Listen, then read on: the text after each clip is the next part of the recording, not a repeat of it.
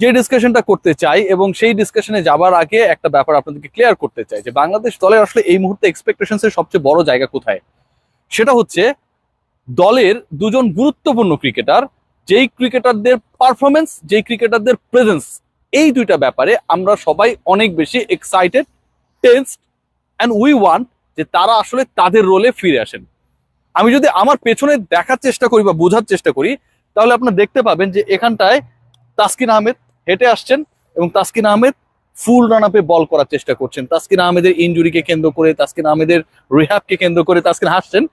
অনেক ধরনের টেনশন কাজ করছে অ্যান্ড ডেফিনেটলি আমরা সবাই চাই যে Taskin he should be ready at his best before the match Bangladesh play against, that can be against Sri Lanka, that can be against south Africa. So সেই প্রসেসে তাসকিন আহমেদ এই মুহূর্তে এমন একটা সিচুয়েশনে রয়েছেন, এমন একটা অবস্থায় রয়েছেন যেখানটায় আমরা আশাবাদী হতে পারি, যেখানটা থেকে আমাদের মধ্যে একটা আশার সঞ্চার হতে পারে যখন তাসকিন আহমেদ তার সেই চেনা রূপে ফেরার চেষ্টায় মগ্ন রয়েছেন, যেখানটায় তাসকিন আহমেদ ফুল রিদমে বল করার চেষ্টা করছেন, যেখানটায় তাসকিন আহমেদ ঠিক যেভাবে ম্যাচের আগে প্রিপারেশন নেন ঠিক সেই অবস্থায় রয়েছেন। আমি যদি আপনাদের দেখানোর চেষ্টা করি, তাসকিন এখানটায় রয়েছেন এবং তাসকিনের ঠিক পাশে আমরা যদি খেয়াল করি, ওখানটায় হেলমেট পরে বেশ দূরে রয়েছেন, থ্রোডাউন যিনি করছেন তার পাশে সাকিব আল হাসান দাঁড়িয়ে রয়েছেন। সাকিব আল হাসানকে নিউ ইয়র্কের আজকের প্র্যাকটিস সেশনে অনেক বেশি সিরিয়াস মনে হয়েছে, টু ভেরি অনেস্ট।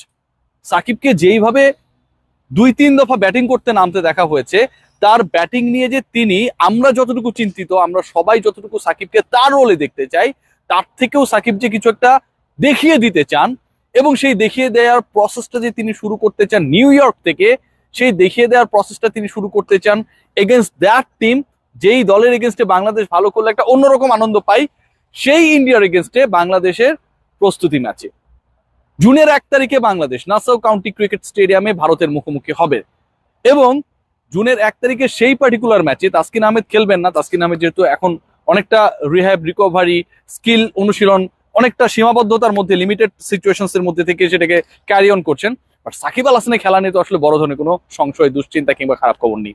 সাকিব সেখান থেকে ফর্মে ফিরতে চান। বিশ্বকাপে বাংলাদেশ আসার পর থেকে ইউএস এর বিপক্ষে খেলেছে, কিন্তু সেগুলো কিন্তু বিশ্বকাপের অংশ ছিল না। একদম দ্বিপাক্ষিক সিরিজে বাংলাদেশ খেলেছে, পরাজিত হয়েছে, ভালো করতে পারেনি, সমালোচিত হয়েছে, মন খারাপ করেছে আমরা। End of the day we all want যে বাংলাদেশ আসলে তার স্বরূপে ফিরুক। ইউএস এর বিপক্ষে বাংলাদেশ খারাপ করেছে, বাংলাদেশের ক্রিকেট ইতিহাসে তাসকিন পিছনে বল করছে, আপনারা দেখছেন, এটা একটা বাজে একটা অভিজ্ঞতা হয়ে থাকবে, আজীবনের জন্য থাকবে। কিন্তু এই ইউএসএ তে যে বিশ্বকাপ, সেই বিশ্বকাপে যদি বাংলাদেশ দল চলে উঠতে পারে এবং যাদের, যেই দুজন ক্রিকেটারকে নিয়ে আমি আবারও বলছি যে কিছুটা হলেও দুই ধরনের একটা কি বলবো যে সিচুয়েশন ক্রিয়েট হয়েছে। এক, Shakib Al Hasan batting wise up to the mark না, তিনি তার অবস্থায় নেই, তো সাকিবকে তো আমার দরকার ভাই। ইন মিডলে সাকিব আল হাসান যদি পারফর্ম করেন, সাকিব যদি তার খেলাটা খেলতে পারেন, তাহলে বাংলাদেশ দল অন্যরকম একটা সিচুয়েশনসে চলে যাবে, এটা আসলে কোনো ধরনের ডাউট নেই। আবার একইভাবে যদি আমরা খেয়াল করি, তাসকিন আহমেদ যদি ফিরতে পারেন, তাসকিনকে নিয়ে তো এমনও মানে স্পেকুলেশন ছিল যে তাসকিন হয়তো পুরো ওয়ার্ল্ড কাপটাই মিস করবেন। আজকে যেভাবে আমরা তাসকিনকে দেখছি, তাসকিন আজকের দিনটায় অন্তত, এর আগেও তিনি ডালাসে প্র্যাকটিস করেছেন, কিন্তু নিউ ইয়র্কে এই ফিল্ডে যেভাবে তিনি এই ড্রপ ইন উইকেটে বাংলাদেশ প্রথমবারের মতো হচ্ছে প্র্যাকটিস করছে, যেভাবে নিজেকে ক্রিয়েট করার চেষ্টা করছেন, গড়ে তোলার চেষ্টা করছেন, তিনি যে তার রিদম হারিয়েছেন সেটাকে আসলে গেট ব্যাক করার চেষ্টা করছেন, এটা ভাই অনেক বড় inspiring for the full team. Bangladesh অতীত ভুলতে চায় এবং সেই অতীত ভুলার প্রসেসে আজকে যেই সিচুয়েশনটায় আমরা এক্সপেরিয়েন্স করছি বাংলাদেশ দল রয়েছে, এটা খুবই ইন্সপায়ারিং। এখানে নেগেটিভিটির কোনো সুযোগ নেই। খেলা অনেকক্ষণ চলে এবং বাংলাদেশ দল খেলছে, আমরা প্র্যাকটিস কভার করছি। লং লাস্টিং ফ্রেগনেন্স পেতে আমি ব্যবহার করি কুল বডি স্প্রে। আবারও যদি আমি মূল আলোচনার ভেতরে প্রবেশ করি, বাংলাদেশ দলের স্বস্তি যেমন রয়েছে, এই যে বললাম যে তাসকিন বল করছে, সাকিব আল হাসান সর্বোচ্চ চেষ্টা করছে, আজকে পুরো সেশনে সবচেয়ে বেশি যদি প্র্যাকটিস করা ক্রিকেটার আমরা দেখি সেটা হচ্ছে সাকিব আল হাসান। ঠিক একইভাবে অস্বস্তির একটা জায়গা রয়েছে এবং যেই অস্বস্তিটা বাংলাদেশের সাম্প্রতিক পারফরমেন্স এবং অন্য দলের চমক জায়গা নিয়ে পারফরমেন্স এই অস্বস্তি তৈরিতে বড় ভূমিকা পালন করেছে। সেটা কি, আপনারা সবাই জানেন যে শ্রীলঙ্কা তারা আনএক্সপেক্টেড একটা পরাজয়ের শিকার হয়েছে এগেনস্ট নেদারল্যান্ডস, এবং সেটা আবার বিশ্বকাপের অফিসিয়াল প্রস্তুতি যে শুরু হয়েছে সেই অংশ। সেখানটায় নেদারল্যান্ডস এবং শ্রীলঙ্কার এই ম্যাচের যে রেজাল্ট, নেদারল্যান্ডসের যে পারফরমেন্স, এটা কিন্তু বাংলাদেশ দলকে অনেকভাবে প্রভাবিত করেছে মেন্টালি, অফকোর্স। কারণ ডি গ্রুপে যে দলগুলো রয়েছে, বাংলাদেশের বাইরেও কিন্তু আরো 4টা দল রয়েছে। নেদারল্যান্ডস, নেপাল হচ্ছে সেই মানে 4 দলের 2টা এবং সাউথ আফ্রিকা, শ্রীলঙ্কা অপর 2 দল। নেদারল্যান্ডস যদি শ্রীলঙ্কাকে হারিয়ে দেয়, তুলনামূলকভাবে সবশেষ এনকাউন্টার যদি আমরা বিবেচনা করি, সেখানটায় বাংলাদেশ এবং শ্রীলঙ্কা সিরিজে শ্রীলঙ্কা আবার বাংলাদেশকে হারিয়েছে। It means Netherlands right now they are playing compact cricket, better cricket, এখানকার কন্ডিশনে কোপ আপ করে ভালো ক্রিকেট খেলার যে জায়গাটা রয়েছে সেখানটায় তারা মোটামুটি একটা আমরা বলতে পারি, ধরে নিতে পারি শক্ত অবস্থানে রয়েছে।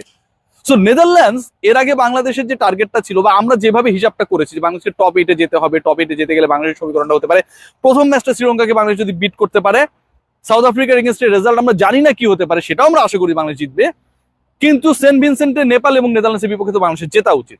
মানে বাংলাদেশ যত ইউএস এর কাছে ডিফিটেড হোক না কেন, ওডিআই ওয়ার্ল্ড কাপে খারাপ করুক না কেন, ইউএস এর বিপক্ষে সিরিজ হারুক না কেন, জিম্বাবুয়ের একটা ফালতু দলের বিপক্ষে বাংলাদেশ হচ্ছে শেষে গিয়ে লাস্ট ম্যাচটা পরাজিত হোক না কেন, বাট এক্সপেকটেশন ইজ দ্যাট, বা রিয়েলিটিও আমরা বলতে পারি যে বাংলাদেশ নেপাল এবং নেদারল্যান্ডসের বিপক্ষে সেন্ট ভিনসেন্টে জয় পাবে। এখন যেই দলটাকে নিয়ে এই পরিকল্পনা আমরা করছি, ছক করছি, বাংলাদেশ 3টা জয় পাবে এবং এই 3 জয় নিয়ে বাংলাদেশ টপ 8-এ খেলবে, সেখানটা একটা আমার কাছে মনে হয় বড় দুশ্চিন্তার কারণ, এবং রিয়েলিটি বাংলাদেশকে বোঝানোর চেষ্টা করেছে নেদারল্যান্ডস। বাংলাদেশের কিন্তু অনেক কিছু হারানোর রয়েছে, যতই শান্তরা বলার চেষ্টা করুক না কেন আমাদের হারানোর কিছু নেই। তানজিম সাকিব কয়েকদিন আগে একটা দারুণ বয়ান দিয়েছেন যে আমরা চাইলে যে কোনো দলকে হারিয়ে দিতে পারি, ভাই এইগুলো কথা বলে নিজের উপর প্রেশার ক্রিয়েট করে বাংলাদেশের ক্রিকেটাররা। এন্ড অফ দ্য ডে নেদারল্যান্ডসের হারানোর কিছু নেই, কিন্তু বাংলাদেশে হারানোর অনেক কিছু রয়েছে। নেপালের বিপক্ষে যদি বাংলাদেশ পরাজিত হয়, হবে না, অবশ্যই হবে না, ইনশাল্লাহ হবে না, সেটা কিন্তু বাংলাদেশের ক্রিকেটের জন্য সেটব্যাক। নেদারল্যান্ডসের বিপক্ষে যদি বাংলাদেশ ভালো খেলতে না পারে, সেটা কিন্তু বাংলাদেশে অবশ্যই হারানোর, ওই যে বললাম যে কিছু আছে, সেই জায়গাটাকে ইন্ডিকেট করবে। সো নেদারল্যান্ডসের শ্রীলঙ্কাকে হারানো এবং বাংলাদেশ দলের সাম্প্রতিক পারফরমেন্স, এই দুটাকে যদি আমরা মেলানোর চেষ্টা করি, সেখানটায় টিম ম্যানেজমেন্ট যথেষ্ট চাপে রয়েছে।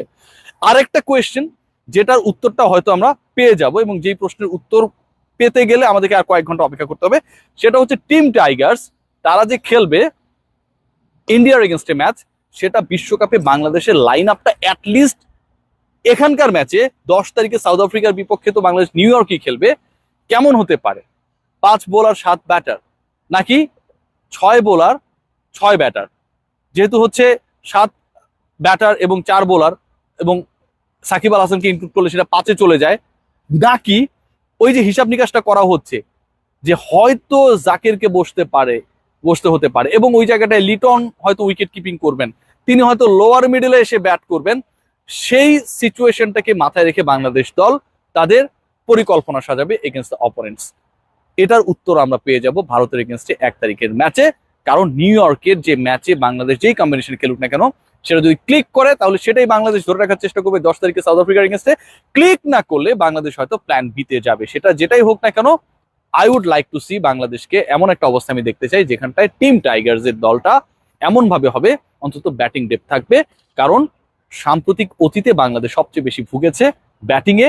144 রান তারা হচ্ছে চেস করতে পারেনি, 154-55 রান তারা ডিফেন্ড করতে পারেনি। ব্যাটাররা, টপ অর্ডারে ব্যাটাররা স্পেশালি যাচ্ছে তাই পারফর্ম করেছে। সেখান থেকে বের হতে গেলে, কিংবা দুর্বলতা জায়গাটুকু যদি আমরা কিছুটা হলেও স্ট্রেংথ বাড়াতে চাই, so we have to concentrate on our batting department. সবাই ভালো থাকবেন, টেক গ্রেট কেয়ার।